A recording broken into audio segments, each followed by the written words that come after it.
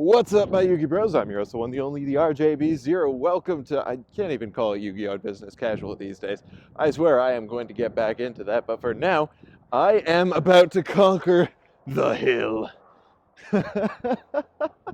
Y'all have been making fun of me for losing my breath walking up this damn hill, but I just wanted to check in post YCS Seattle because I had a great time. I wanted to talk to you all a little bit about what happened while I was there, by which I mean how the event was.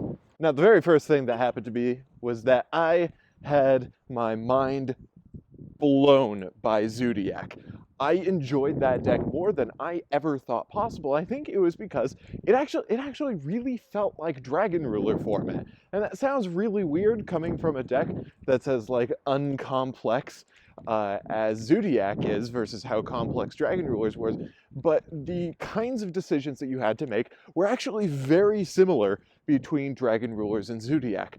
The fact that you were generally going for a similar combo, but the individual smaller decisions made a massive impact on your game. I saw games that were made or broken by whether or not you put Terror Top in attack position as a part of your combo. I saw players, there were these micro decisions. So if you weren't, if you weren't familiar with the Zodiac deck, you wouldn't recognize that decision as making as big a difference as it did.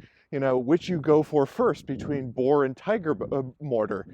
That made a huge difference all the time. It was just the combo itself was not complex. You weren't going for a huge variety of plays in your decision tree, but the actual decision-making process was really intricate because even though it wasn't a particularly complex combo, the decisions all mattered. So I had a great time with that deck. I did have to put a lot of money into it, but it was generally justified by the fact that, first of all, I'm going to be selling the cards back for probably more money than I spent on them, which is unusual, but also I just had a great time.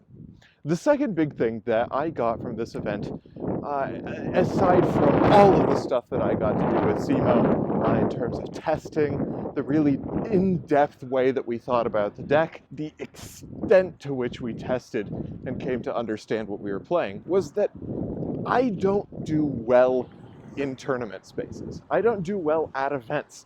I don't think well. It's stressful, it's distracting, there are tons of people around, the light is funky. It's just not a good environment. I end up actually making mistakes that I know theoretically are the wrong move, but I do anyway, because I'm not thinking nearly as clearly as I should be in that kind of space. And I ended up going X3 instead of doing much better than that, as I believe I could have and would have in a space that I think is more conducive to my thinking, because I made that kind of dumb mistake. And this is not an excuse, because the thing I have to own up to is the fact that all event spaces are going to be like this. And if you're going to be good at the game, that means that you have to be ready for that. And so one of my big projects coming up as a competitive gamer is to learn how to control my mindset, how to keep my head in the game, and be able to think clearly and think calmly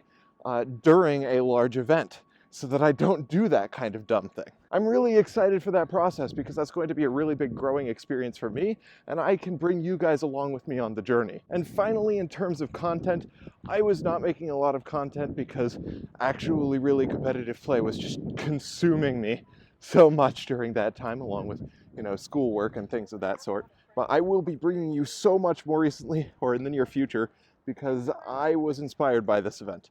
I had so many people coming up to me and telling me that I just needed to make more content because they loved what they had seen, and that was huge for me. That meant a lot, and I got a few things from subscribers who are excited to see their stuff on the channel. So I'm going to be including in a Spellgrounds mat, for instance, that I traded for with one of my subscribers. It was just a great event, but I'm going to be bringing you more content in the near future, and look out for that. I'm not going to make any empty promises now. You all can see for yourself. Anyway, my girlfriend's standing right here, so I got a jet. See y'all.